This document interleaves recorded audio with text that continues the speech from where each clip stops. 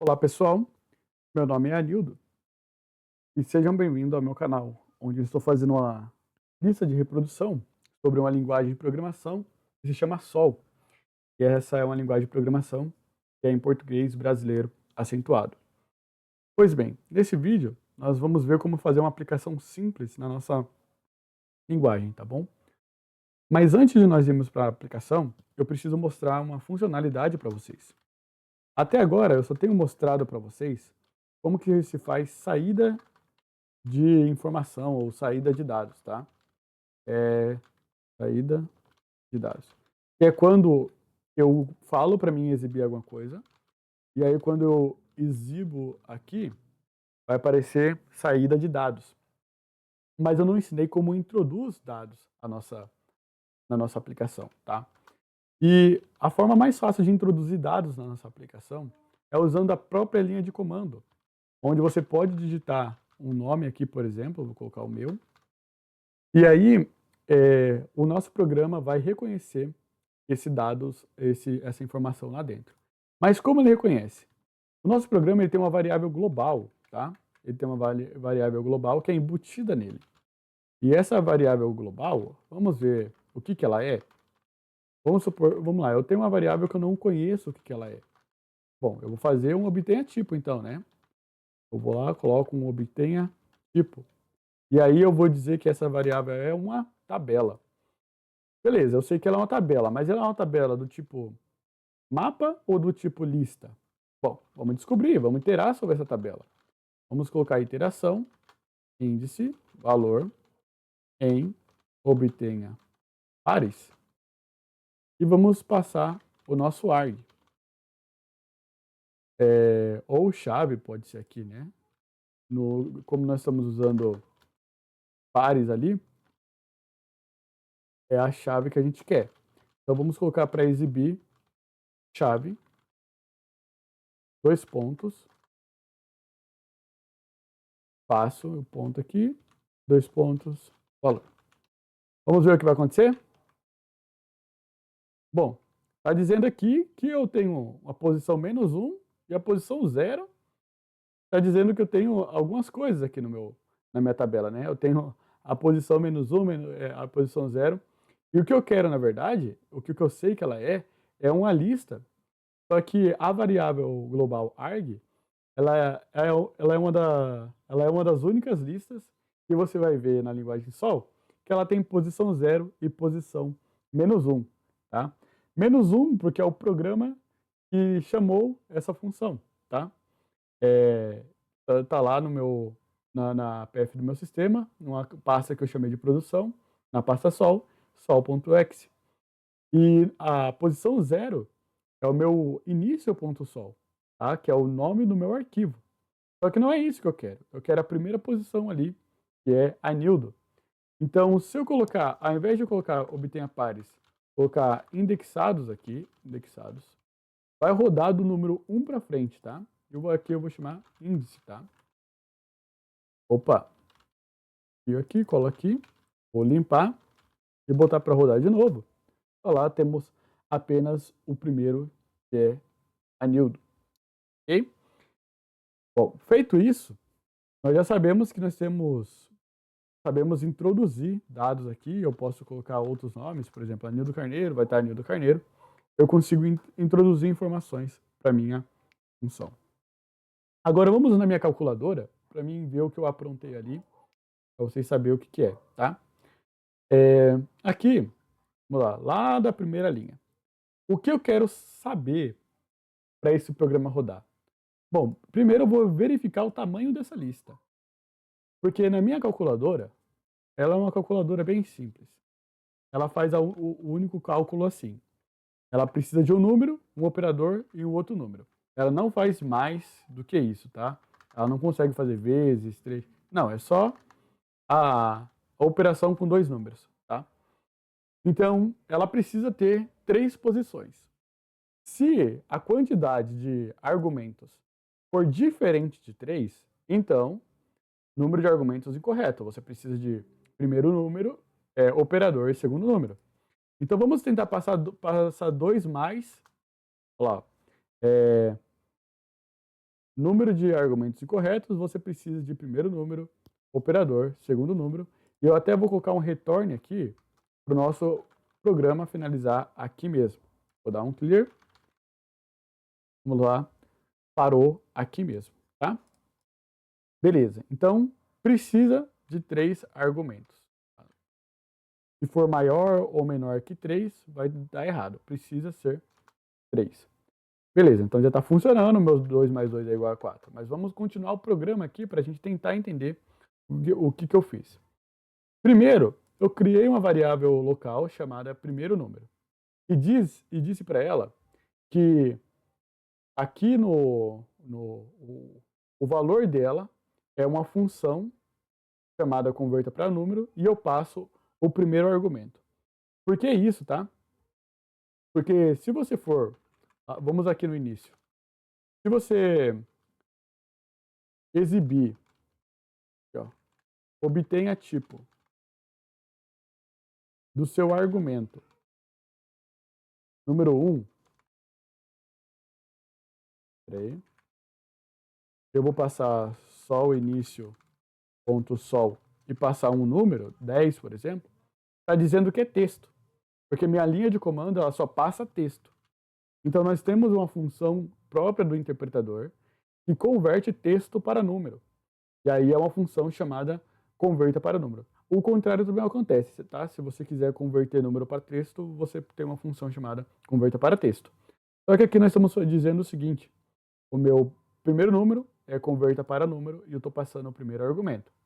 O meu operador é o segundo argumento. E o meu segundo número é o meu terceiro argumento. E o meu resultado, eu não tenho resultado nenhum ainda, tá bom? Então depois que eu digo o que é o que aqui, eu vou fazer uma outra verificação, que é a seguinte: obtenha tipo primeiro número. Se o tipo do meu primeiro número aqui for diferente de número, vai ocorrer algo. Ou se o obtenha tipo do meu segundo número é diferente de número, vai ocorrer algo. E esse algo é uma mensagem sintaxe incorreta. Você precisa de primeiro número, operador, segundo número. E por que isso acontece? Vamos aqui de novo aqui para o nosso nosso exemplo, né? Eu venho aqui exiba, converta para número, o primeiro argumento, tá?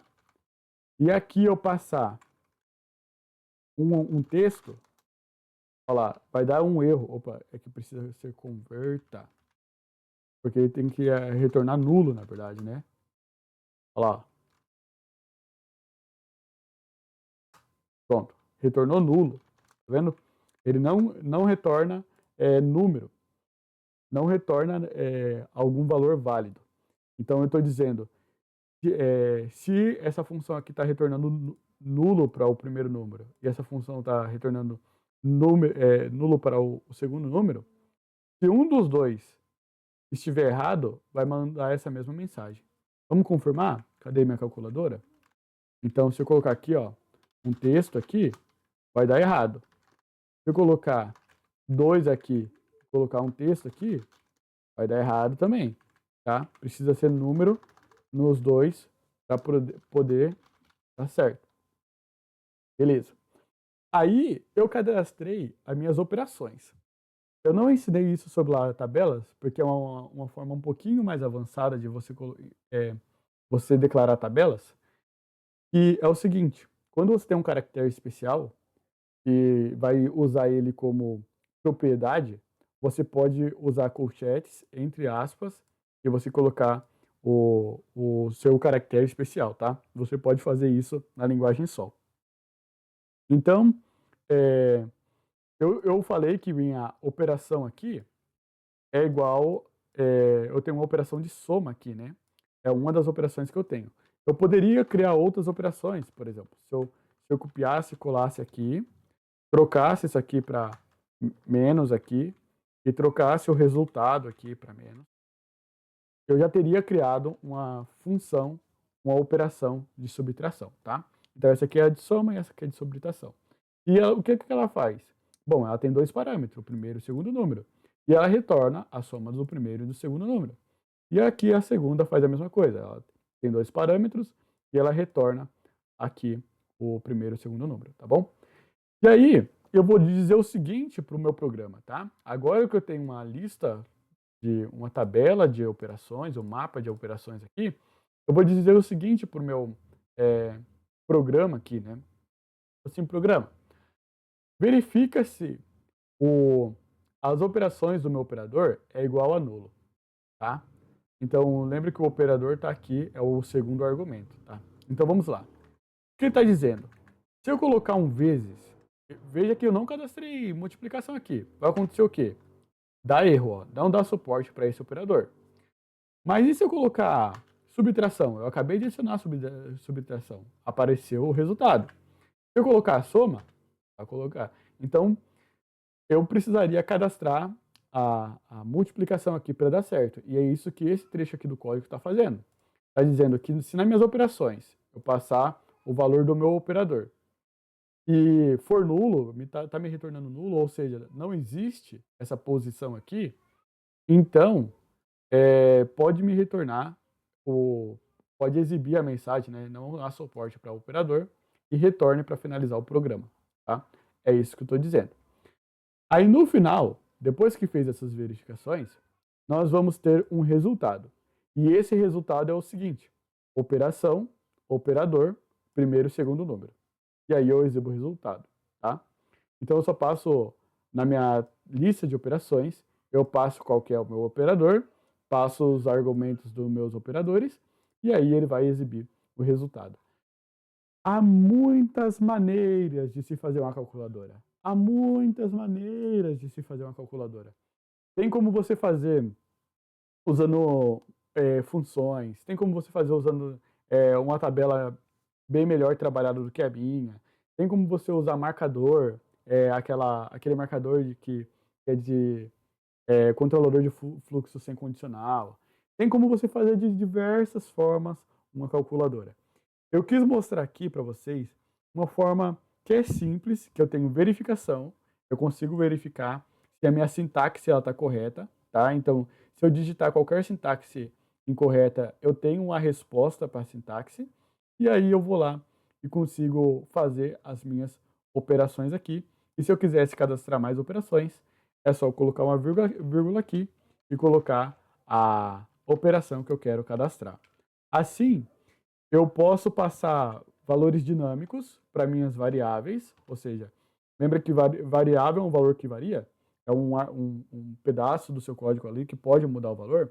Então eu posso, de forma dinâmica, eu posso passar esses valores para minhas variáveis e eles calcular os valores e retornar erro se a sintaxe estiver incorreta. Bom, esse aqui, como eu disse, é um exemplo simples de calculadora. Você pode ser criativo e criar uma calculadora científica com várias verificações. Você pode criar uma sintaxe mais complexa que a minha. Você pode fazer verificação dentro de verificação, iteração dentro de iteração. Você pode fazer uma tabela igual eu fiz aquela vez, que é calculadora. E aí você cria uma tabela e dentro aqui das suas propriedades você vai ter soma e dentro da sua soma você vai ter função. Você pode criar, seja criativo, tá? Se você quiser reproduzir esse código na sua casa, reproduza, mas seja criativo. Faça uma calculadora com o que você aprendeu, com mensagens melhores que a minha, com a introdução ali, mas não olhe para esse código e fale assim, esse código aqui tá horrível, daria para melhorar. Eu sei que dá para melhorar, mas eu só dei um exemplo para você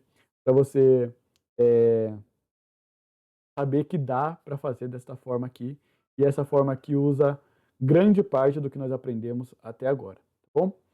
Então, até mais, vai ter mais vídeos avançados sobre a linguagem. Eu vou começar a trabalhar agora mais funcionalidades embutidas no nosso interpretador, mas tudo o que você precisava saber sobre sintaxe e sobre lógica, você já sabe. É só você voltar aos outros vídeos. Tudo o que você precisava saber sobre sintaxe, lógica, sobre alguns detalhes, alguns macetes da linguagem, é só você voltar nos vídeos. E o restante parte da nossa criatividade. Bom, até mais.